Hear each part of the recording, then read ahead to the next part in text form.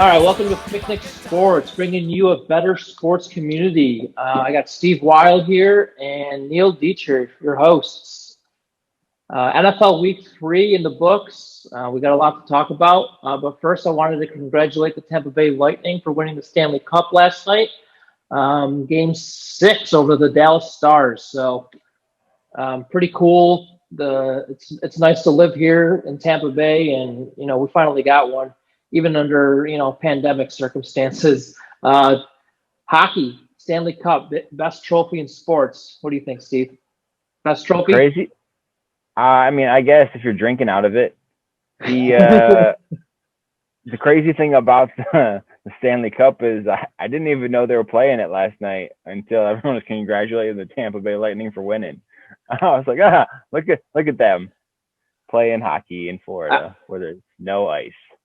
Yeah, they have a really good team and a really big following. I'd like to try to be a Lightning fan. I could say that I am.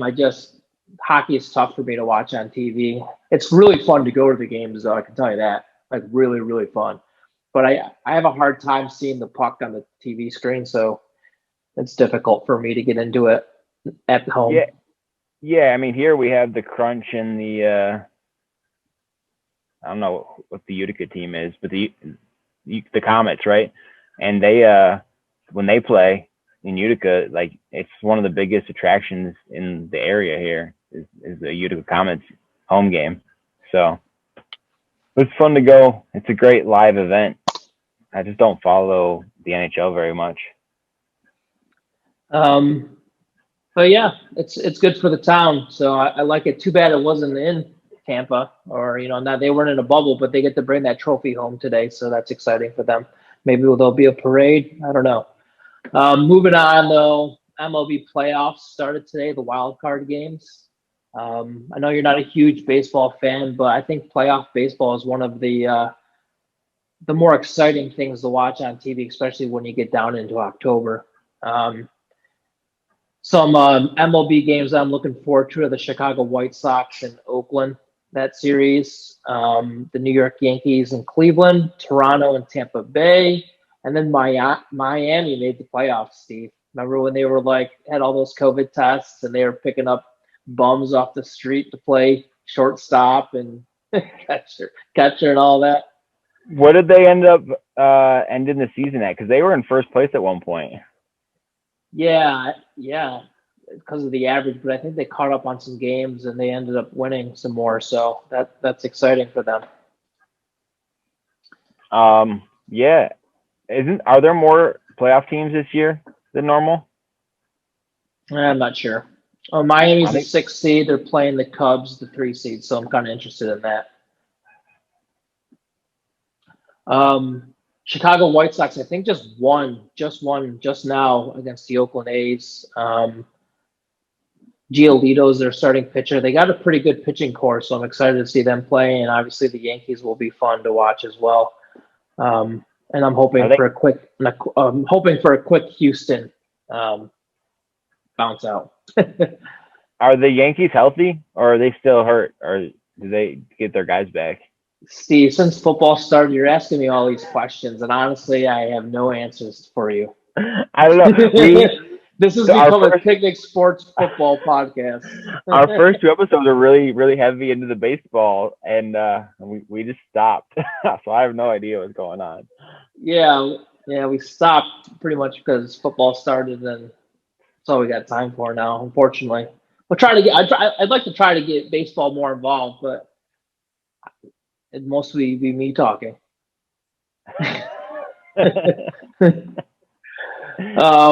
Anyways, I'm rooting for the Chicago White Sox. I did kind of take them as a dark horse earlier in the year. I kind of like the young players that they had and some of the pitchers. They got Alex Colomé as a closer. He was actually here in Tampa a couple years ago. So, yeah, it'd be exciting to see them. They score a lot of runs, so it's fun. We'll jump to a segment that you'd like better. The NBA Game 1 versus Miami. Lakers, Miami. First game points right now is Miami's getting 4.5, and the over-under is 217.5. So my tweet is still getting liked and shared and ratioed pretty hard. So apparently, people have more of a problem that I said that Duncan Robinson and Tyler Hero wouldn't get picked up in a local gym than they care that I said that the Heat are going to beat the Lakers. Like, that's what everyone took exception to. Like, what do you think Tyler Hero's going to show up in a gym and not get picked? And he's 6'7", guys. Come on. I'm like, all right, guys. The more egregious thing that I said here is that the Heat are going to beat LeBron. Oh my God, it's wild. But I'm excited for this finals, man. The Heat. I hopped on the Heat bandwagon early in the bubble. Saw him play, the first couple games, and really was disappointed that I was on the Sixers because I thought the Heat were, one of the 2 or 3 best teams, and then they just got to the playoffs and proved that, by beating Milwaukee and then just dominating Boston, through the conference finals. So I like the Heat. I like them as a team from top to bottom. I think the Lakers have the 2 best players in the, left with LeBron and AD, but I think the next 5 all play for the Heat. So it's going to be an interesting matchup to see if the Lakers can match up with the rest of the Heat players. And the Heat only have to shoot well from 3, 3 times. If they shoot 40% from 3 times, they win those games, and they just have to steal 1. So I'm really excited for a Heat upset. I can't wait for this. A lot of people are telling me I'm crazy and that the Lakers are going to win in 5, but I wouldn't be surprised if the Heat won in 6. Yeah, I like the my hot take. That's your hot take. Just almost as good as the Blazers. Dude, the Blazers were a wild pipe dream that was never going to happen. You're so anti-LeBron that you're just trying to pick some way for him to lose, and that's what I'm seeing. That's what I'm seeing and hearing from you, Steve. If LeBron loses this finals, he will have 7 finals losses. What I gained from your tweet is that a lot of people play pickup basketball at the gym. I know, that's crazy. Which I liked. Everybody's commenting on it because they can relate. They're like, "No, those guys will get picked right away." And I feel like I defended my points pretty well, though, from the few comments that I got. I don't know. No one followed me though. I don't know how Twitter works. I feel like there's a lot of interaction going on with this tweet and getting retweeted and liked and comments, but nobody's following me. So I gotta work on my Twitter game. I'm not sure how to do it. Yeah, once it gets because I commented on it too, so I'm actually in that same conversation. I'm getting all the notifications just like you are. And that's what happens with everybody. So if you post something on that thread, everybody gets a notification. So if you want to you get enough people liking and sharing it, you could do some serious promoting, especially this podcast. So I put a link to the podcast in my profile, so we'll see. Okay. We'll see also, yeah, and then basically what I think started that trigger was basically it's the age-old LeBron, anti-LeBron people. There's a battle going on about how many points he scored when he didn't have help or have AD and all that. So I still say LeBron over everybody. And the strategy to have AD, beat up on teams and then have LeBron come in and put the dagger in. I just don't see anybody beating the Lakers. I told you this before. They could score 200 points if they tried. They could not score 200 points. You're crazy. Wild. But I do like the fact that everybody was commenting on that, especially about the gym, because I never get picked up at the gym. I always have to be the next person up, and then I get to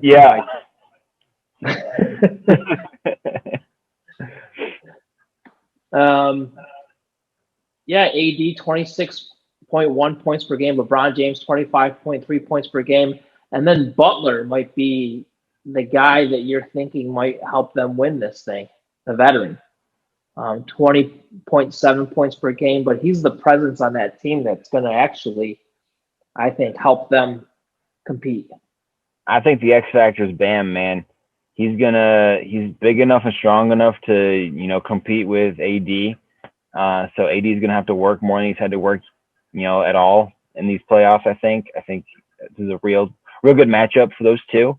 And Bam's scoring, averaging 18.5 points per game. So he's right up there with Jimmy Butler. And it's all going to come down to 3-point percentage.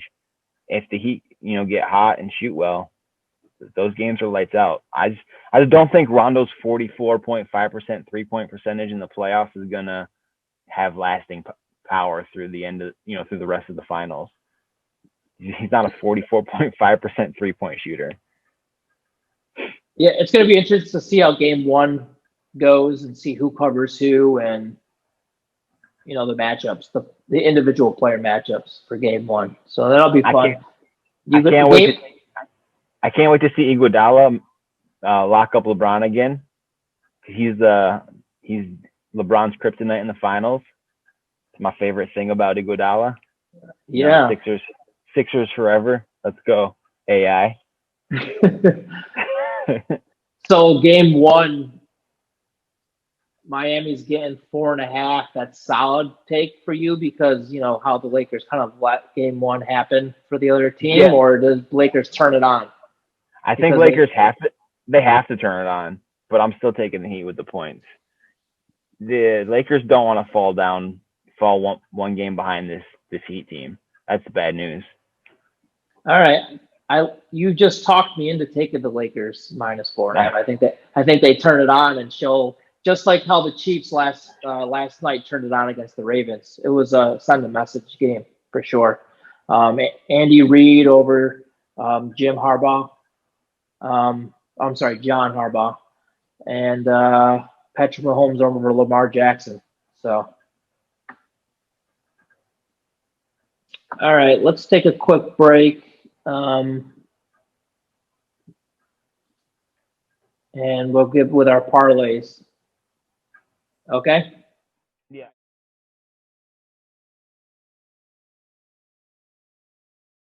All right, Picnic Sports Parlay. Welcome back to Picnic Sports. Week 3 review. We get to check out and see how bad we did this past weekend. We didn't help our averages this week. I do apologize to fans, and I will never bet on an NFC East team again. Washington, I am no longer a favorite of. They couldn't beat the Cleveland Browns. It's exactly what I thought was going to happen. But, Steve, we'll get into that. You want to talk about your picks? Did I even get any right? I haven't checked. Yeah, so you got Green Bay and Chicago +3. Green Bay +3. Hey, Chicago. Let's go. Big Dick Nick. Chicago's back, baby. I was off of when they had Trubisky. I'm on them with Nick Foles. Let's take Chicago every time from here on out. I love it. And the Falcons are frauds. I don't know how Dan Quinn has a job. Fire him. This is wild. How can you have a 99% expected win percentage and lose both games? That's wild. That's why I picked Chicago, right? I honestly, when I was watching that game, I was like, "There's no way Atlanta blows another lead." And then Nagy benches Trubisky, and I was like, "Uh-oh." Puts Foles in, and I was like, then Foles starts throwing dimes, man, and they come back and win. Crazy. How good is the Chicago team with Foles? Good. I think they're really good, right? And we thought that they had a chance to be good if he started. He didn't, based on this narrative that if he started with Foles and he struggled, then they have to go to Trubisky, and that would look bad. So they have to start with Trubisky and kind of like let him play himself to the bench, then start Foles, and then that's better optics. So they got 2 wins with Trubisky.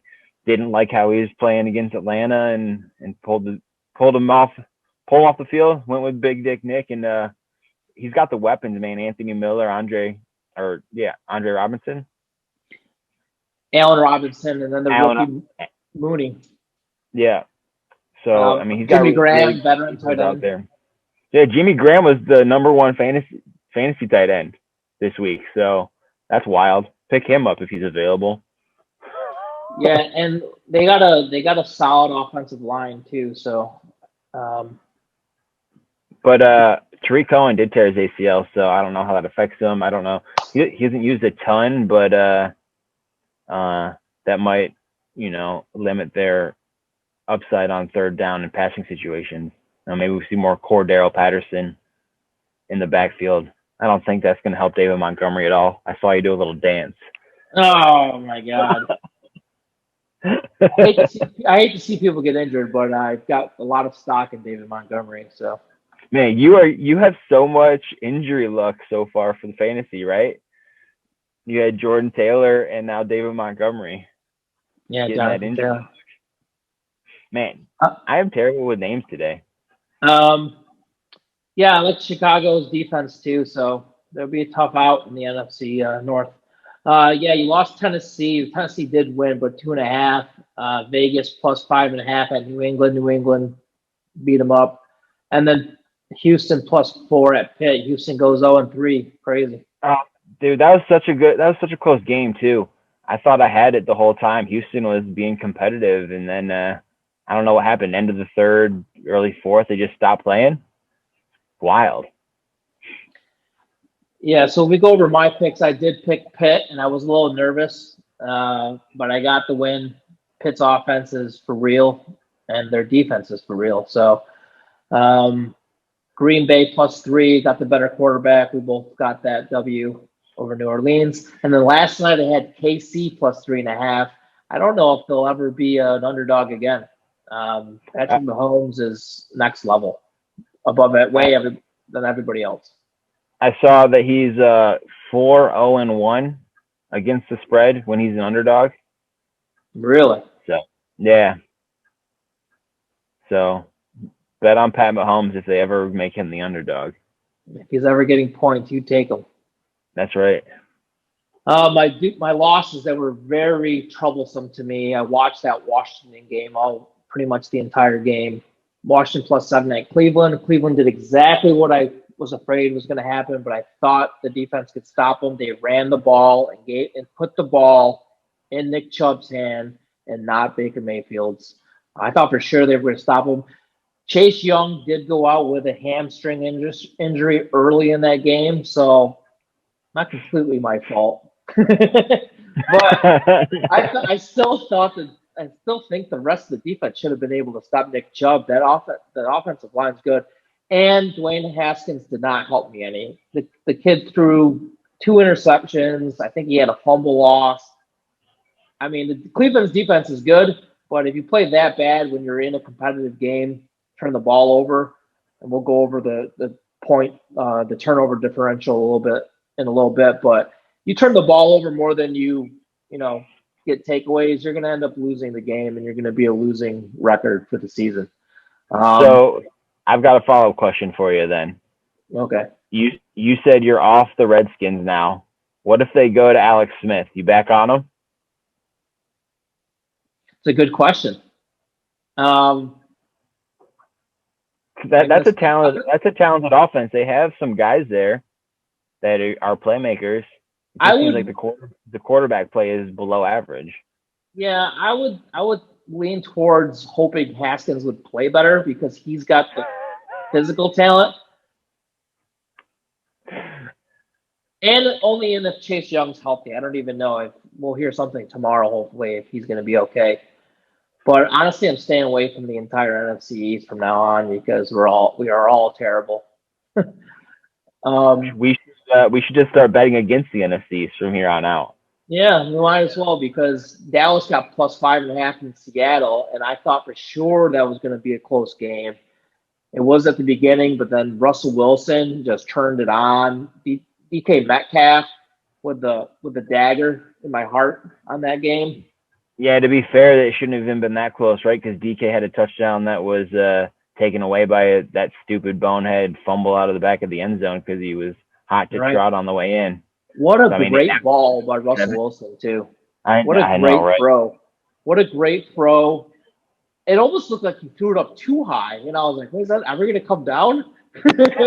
And then he caught it, and he was all alone, and then he was showboating before he got in, pretty much. And then Chris Carson goes out with a potential knee injury on what looked like a dirty play. So that was wild. Yeah, it was dirty, I think. So, It's tough to do that gator roll and not be on purpose, right?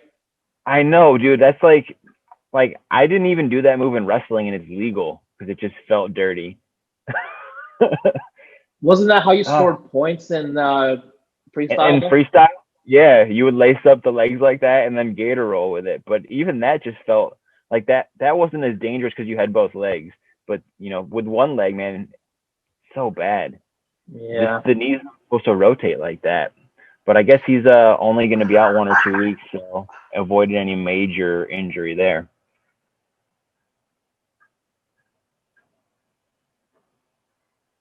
So yeah, my losses were Washington and Dallas, but I did get the 3 Pitt, Green Bay, and Kansas City. I'm really happy about that KC pick. I was a little nervous because we were right talking up the Baltimore's Ravens, but as soon as I saw the first drive by the Ravens and they kicked the field goal, I was like, I got this. The Kansas City Chiefs defense played good, and they have the Baltimore's number. So, what did you think of that game specifically? I needed Mark Andrews to have a big game to win a fantasy matchup, and man, he really let me down. Really let me down. Dropped 2 or 3 easy catches, dropped a touchdown, really let down Lamar, really let down the Ravens. Nobody on that offense really performed well. I guess on a positive note, I avoided a defeat when Mark Ingram had a bad game too because I was playing against him. All the fantasy implications were on the Ravens side, and didn't work out for me, and it didn't hurt me either. Didn't really affect any of my fantasy matchups. As far as what it means going forward, I don't think it means anything. Lamar and the Ravens kind of struggle with the Chiefs to kind of have their number, so I don't think you have to worry about the Ravens in any other matchups other than if they play the Chiefs again, and they just got to figure out their game plan for when that happens, because they have to play different. I don't know what they have to do, but the Chiefs know what's up and they know how to defend them, and they don't know how to stop Patrick Mahomes. So that's going to be an interesting dynamic here in the playoffs this year to see if Harbaugh and the Ravens can figure that out. Yeah, I don't think anybody knows how to guard Patrick Mahomes or slow down Patrick Mahomes, or slow down Andy Reid's play calling. A left touchdown. What the Chargers do, man? I felt like the Chargers figured something out. I saw something. Oh, sorry. Go ahead. Maybe it's just get pressure with your 4 guys. Maybe kind of how like New England used to do it back in the day when they didn't blitz a lot and they got pressure with their front 4. It might be you just have to get on your defensive line and tell them to get that pressure, because you just can't leave your secondary one-on-one against their skill players. Yeah, almost like just having Joey Bosa rush on the edge and the two ends and 2 D tackles up the middle. Yeah, I can agree with that. I saw something funny that somebody tweeted. I can't remember. I wish I could give them credit, but they said that Andy Reid and Patrick Mahomes basically took 2 weeks to prepare for the Ravens to make first statement, and that's why they were not prepared for the Chargers. I like that. Which I thought was pretty funny and they still ended up winning that game, but I don't know anybody that can slow down Patrick Mahomes. And here's the thing with the Ravens: if you can stop the run and make Lamar throw, maybe that's all you need to do to stop them. I know he can throw, and I know he does throw. What I saw from Kansas City is they definitely stopped the run. That offense needs the run to be able to open up those passing lanes. You need to load the box so that you have one-on-one with your fast guy and your big tight ends. But then you just have to execute. They were still in that game after they got that fumble recovery, and they just couldn't execute on offense. If Andrews catches that touchdown, it's a 1-score game, and it's different. They just didn't execute. They didn't take advantage of any opportunities that the Chiefs gave them, and it just comes down to skill players making plays, right? Yeah. You got to remember, Ravens are young. They're a really young team, so maybe it's just that they have to learn, how to execute. It might just be that simple. All right, let's move off Monday night. I kind of want to go into a little rant about the New York Giants. They are 0-3, and I want to put Dave Gettleman on the hot seat. Does he belong in the hot seat? He's had 3 drafts with top 10 picks. Is that enough to build a roster that wins? No pass rush, no cover corners, no offensive line blocking, second to last in offensive yards per game this year. They're only beating the New York Jets by 10 yards, 272.3 yards in 3 games. If you're to the opposing defense, what player are you game planning around on that offense? I can't even pick one. I mean, it was Saquon Barkley, but after that, who are you game planning around? I can't. Like Ingram, that's it. Maybe, but I haven't seen anything out of Ingram this year. In fact, the last couple of years, he's either hurt or dropping balls. Yeah, one of the tight end coaches says that we haven't got him the deep ball yet. We haven't had an opportunity to give him the deep ball. So is this coaching and execution, like you said, with Baltimore, or is this the roster? Did you see how many rushing yards they had with all 3 of their running backs? It was like 20 rushing yards between Devonta Freeman, Wayne Gallman, and Dion Lewis. It was atrocious. Yeah, not very good. Not very good. We'll take a quick break, and then I'm going to go over the drafted players in each one of the segments. All right? Yep. All right, bye. We'll be back.